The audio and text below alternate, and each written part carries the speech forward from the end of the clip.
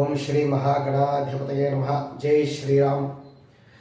ఆంజనేయ స్వామి వారిని ఒక ఉపాసన చేసిన, ఆయన యొక్క మంత్రం అనేటువంటిది చదివిన, ఆ హనుమాన్ చాలీసా కావచ్చు, స్తోత్రాలు కావచ్చు, నిరంతరము కూడా ఆయన యొక్క సేవలో ఆయన యొక్క మంత్రాలు అనేటువంటి వాటిని సాధన చేసేటువంటి వాళ్ళకి శారీరకంగా మానసికంగా ఎంతో దృఢమైనటువంటి బలము, శక్తి, సామర్థ్యాలు అనబడేటువంటివి ఖచ్చితంగా అగురుతాయి.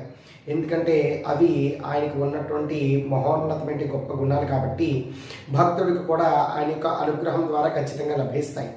అయితే ఏవైనా కూడా చెడు ప్రయోగాలు ఒకవేళ మీ పట్ల జరిగినా, లేకపోతే శారీరకంగా కావచ్చు, మానసికంగా కావచ్చు, ముఖ్యంగా అనారోగ్యానికి సంబంధించినటువంటి విషయాలు ఏవైనా కూడా చోటు చేసుకున్నట్లయితే కనుక మీరు ఏదైనా రోగాలతోనో, జ్వరాలతోనో, ఇబ్బందులతోనో, శారీరకంగానో మానసికంగానో అనారోగ్యాలతో ఇబ్బందులు పడుతూ ఉన్నట్లయితే కనుక మీ యొక్క జాతకరీత్యా కుజగ్రహం అంటే మంగళకారకుడు ఈ యొక్క అనుగ్రహం ఉన్నట్లయితే కనుక అవన్నీ కూడా తొలగిపోతాయి. మరి ఆ కుజుడు ఆ యొక్క మంగళకారకుడు అనేటువంటి అనుగ్రహము ఉండటం కోసం ఆంజనేయ స్వామి వారి యొక్క అనుగ్రహం ఉన్నా కూడా అతని యొక్క అనుగ్రహం అనేటువంటిది మనకి లభిస్తుందన్నమాట. అందుకనే ఆంజనేయ స్వామి వారి యొక్క ప్రీతికరమైనటువంటి రోజు కూడా ఈ యొక్క మంగళవారం. అంటే ఆయన్ని కూడా అందుకే మంగళకారుడు అని పిలుస్తాం మనం ఆంజనేయ స్వామి వారిని కూడా. కావున ఈ యొక్క మంగళకారకుడు అయినటువంటి కుజుడి యొక్క అనుగ్రహం కూడా ఉంటుంది ఆంజనేయ స్వామి వారి యొక్క ఆరాధన చేసేటువంటి వాళ్ళకి, ఉపాసన చేసేటువంటి వాళ్ళకి అన్ని విధాలైనటువంటి అనారోగ్య సమస్యలు కూడా తీరిపోతాయి.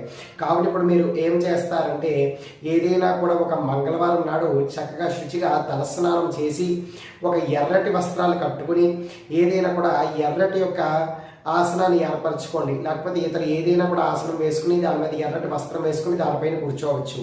నూనెతో కానీ నేతితో కానీ ఆంజనేయ స్వామి వారికి చక్కగా దీపారాధన చేయండి.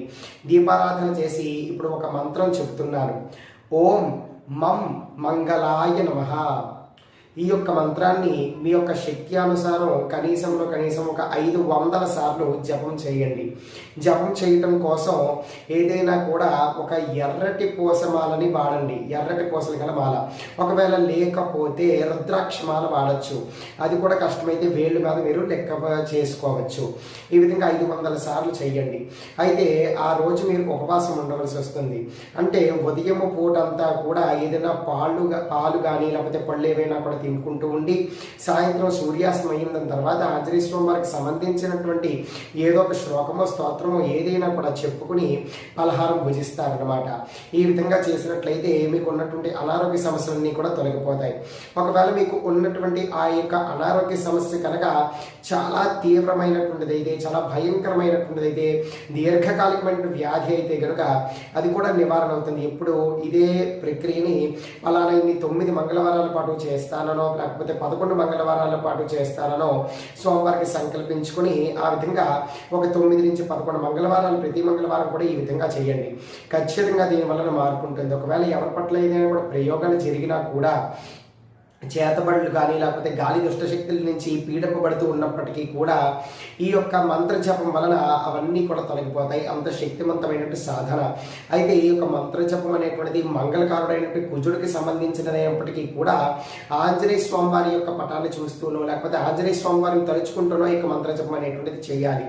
ఈ విధంగా చేయటం వలన ఆ మంగళకారకుడైనటువంటి ఆంజనేయ స్వామి మీ జాతకంలో ఉన్నటువంటి యొక్క మంగళకారుడి యొక్క అనుగ్రహాన్ని పొందేటట్టు విధంగా చేస్తాడు.